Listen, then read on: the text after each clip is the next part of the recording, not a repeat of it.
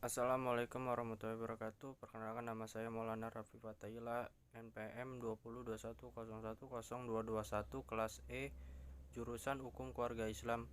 Baik, di sini saya akan menjelaskan materi filsafat hukum Islam, hukum tata negara yang berjudul Pendekatan Filsafat Hukum atau ilmu hukum atau ilmu sosial. Baik, di sini saya akan langsung masuk ke materi yang pertama, ilmu hukum.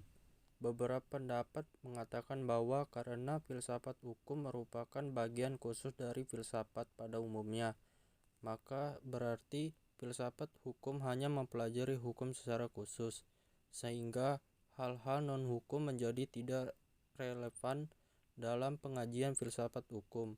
Sebagai filsafat hukum tunduk pada sifat-sifat, cara-cara, dan tujuan-tujuan dari filsafat pada umumnya.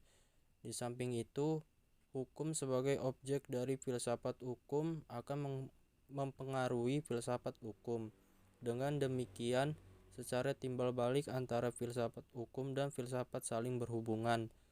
Secara sederhana, dapat dinyatakan bahwa filsafat hukum adalah cabang filsafat, yaitu filsafat tingkah laku atau etika, yang mempelajari hakikat hukum.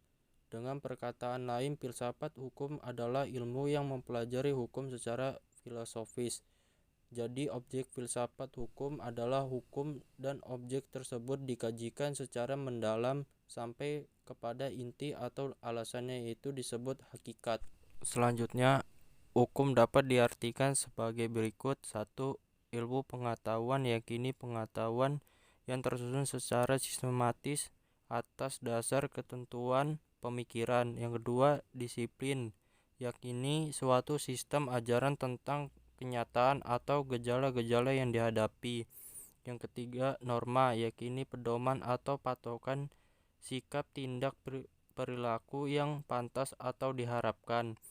Yang keempat, tata hukum, yakini struktur atas proses perangkat norma-norma hukum yang berlaku pada suatu waktu dan tempat tertentu secara berbentuk tertulis. Yang kelima, petugas, yakini pribadi-pribadi yang merupakan kalangan yang berhubungan erat dengan penegakan hukum. Yang keenam, keputusan penguasaan, yakini hasil proses. Yang ketujuh, proses pemerintah, hubungan timbal balik antara unsur-unsur pokok dari sistem kenegaraan. Yang ke-8, sifat, tindak, atau perilaku yang teratur, yakini perilaku yang diulang-ulang dengan cara yang sama bertujuan untuk mencapai kedamaian. Yang ke-9, jalinan nilai-nilai, yakini jalinan dari konsepsi abstrak tentang apa yang dianggap baik dan buruk. Yang kedua, ilmu filsafat sosial.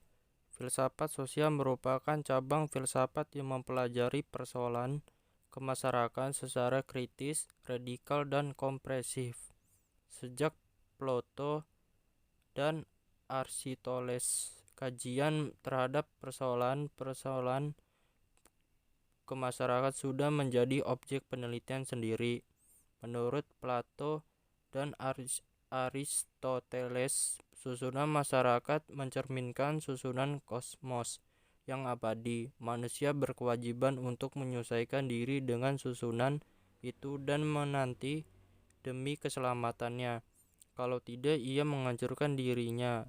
Pada abad pertengahan, masyarakat Eropa masih memperlihatkan pada pola dasar yang sama, hanya sekedar mengoreksi terhadap paham Plato dan Aristoteles.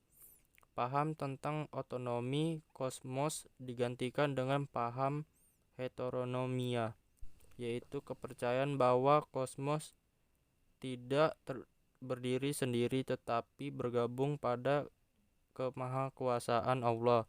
Ketertiban kosmos adalah suatu ketertiban yang telah diciptakannya. 3. Perubahan hukum dan sosial.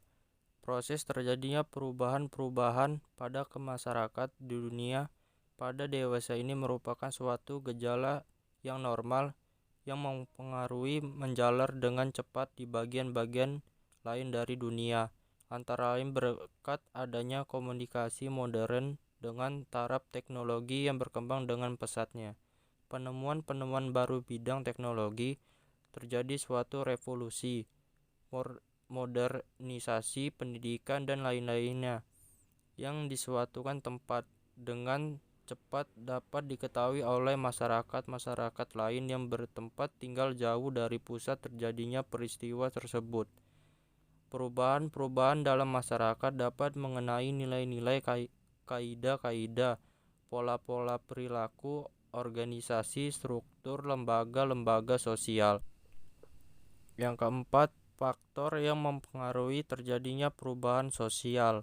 Pada umumnya dapat dikatakan bahwa sebab-sebab terjadinya perubahan-perubahan sosial dapat bersumber pada masyarakat itu sendiri, dan ada yang letaknya di luar masyarakat tersebut, yaitu yang datangnya sebagai pengaruh dari masyarakat lain atau dari alam sekelilingnya. Sebab-sebab yang bersumber dari masyarakat itu sendiri adalah antara lain bertambah atau berkurangnya penduduk, penemuan-penemuan baru, bertentangan, dan terjadinya revolusi. Suatu perubahan sosial dapat bersumber pada sebab-sebab yang berasal dari luar masyarakat tersebut, misalnya sebab-sebab yang berasal dari lingkungan alam, peperangan, pengaruh kebudayaan masyarakat lain, dan sebagainya. Baiklah, itu saja yang saya sampaikan. Kurang lebih saya minta maaf kepada Allah, saya mohon ampun. Saya tutup. Wassalamualaikum warahmatullahi wabarakatuh.